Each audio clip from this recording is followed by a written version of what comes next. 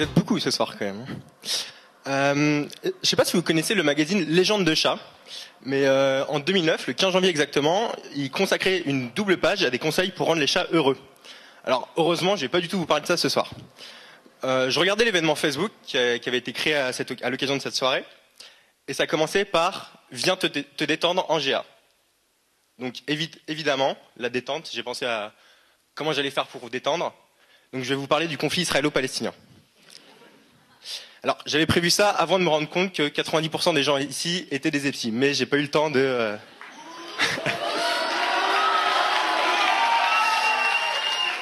Bref, le conflit israélo-palestinien. Je pense que j'ai autant de chances de vous faire rire en vous parlant de ça qu'en vous mimant le viol d'un bébé myopathe par un chameau qui manquerait une bosse. Mais je me lance. Bon, tout d'abord, j'aimerais me féliciter d'avoir traité ce sujet sans avoir été vulgaire, ni antisémite. Sans avoir été vulgaire. Je suis assez fier de moi. Et du coup, c'est pas évident d'être drôle sur le conflit israélo-palestinien, alors je vais vous demander de bien vouloir collaborer.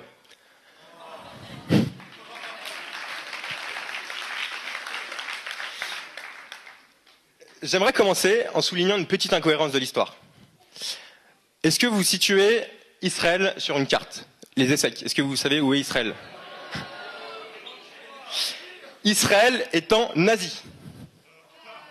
C'est juste impossible. Israël nazi, ça ne fonctionne pas. Alors, ce soir, moi, j'aimerais vous convaincre qu'il faut être à la masse pour rester neutre dans ce conflit. Ouais, voilà.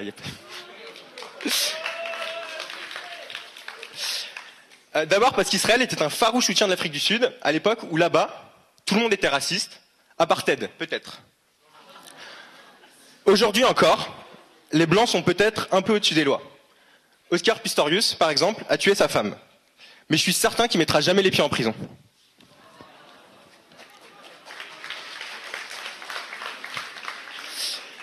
Depuis 2002, Israël construit en Cisjordanie un mur en toute illégalité. Isaac Newton, en son époque, disait « Les hommes construisent trop de murs et pas assez de ponts ». Alors c'est pas drôle, mais c'est vraiment pertinent. Si Israël peut agir ainsi sans problème, c'est parce que ce pays a un ange gardien, les États-Unis. Alors, il y a eu les accords d'Oslo en 93, où Bill Clinton a eu un rôle important. C'était le président des États-Unis à l'époque. Mais quand un journaliste a dit au président qu'il pensait que le conflit allait se résoudre après la poignée de main entre messieurs Rabin et Arafat, il a ri Clinton. Il a même ajouté, c'est ce que tu crois, gars, mais c'est plus compliqué que ça. Contrairement à Clinton, Bush fils était plus royaliste que le roi. Quand le Hamas, qui est un mouvement composé d'une branche politique et d'une branche armée, donc rien à voir avec le houmous qui est une sorte de purée de pois chiches. Quand le Hamas envoie ses roquettes et que Tsahal bombarde écoles et mosquées, Bush ne réagit pas. Pire, d'aucuns disent que devant cette boucherie. Alors personnellement, moi ça me fait pas rire, Tsahal me rend maussade.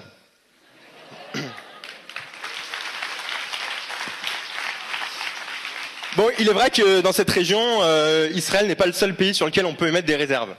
On y trouve aussi des chefs d'État qui ont une légitimité démocratique aussi solide que celle du BDS de l'ESSEC. Feu Mouammar Kadhafi, ancien dictateur libyen pendant 40 ans, lui, c'est clairement pas le Jordanie qu'on aime avoir.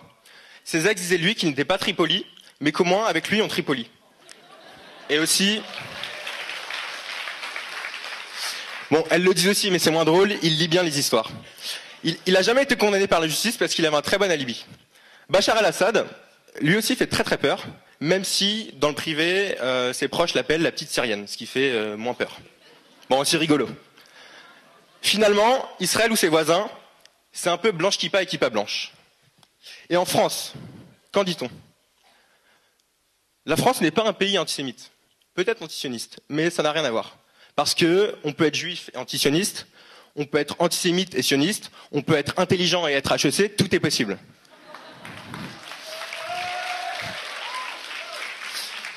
Bon, et ce que je viens de dire, c'est extrêmement important, j'insiste dessus, même si je suis sûr que vous avez tous déjà oublié ce que je viens de dire. Enfin, tant pis. Le problème, c'est que beaucoup d'intellectuels juifs comme Boubo, Michael Youn, confondent les deux et refusent la distinction.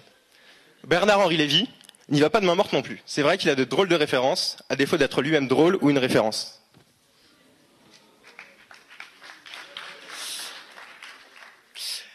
En fait, je pense que c'est avec l'islam que ce pays a un problème.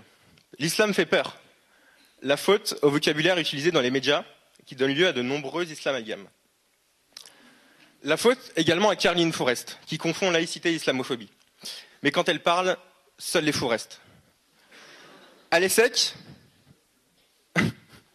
Non, c'était drôle. À l'ESSEC, c'est la faute à une association qui promeut les valeurs du salafisme. Et vous la connaissez toutes. ESSEC Voile.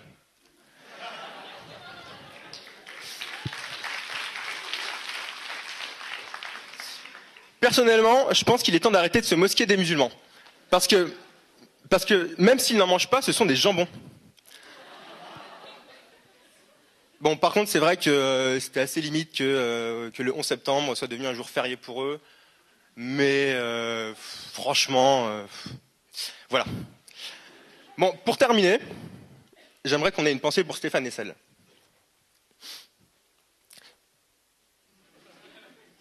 Après sa mort, pour rendre hommage à Monsieur Hessel, je me suis baladé en Marseille pendant un mois. Et je sais que beaucoup de gens ne l'aimaient pas, mais je trouve qu'un Tel Aviv est assez déconcertant. J'en arrive à ma phrase de conclusion, qui vient d'Albert Einstein. Albert Einstein était juif, je ne suis donc pas antisémite. Albert Einstein nous disait « Le monde est dangereux à vivre, non pas tant à cause de ceux qui font le mal, mais à cause de ceux qui regardent et laissent faire. » Merci beaucoup.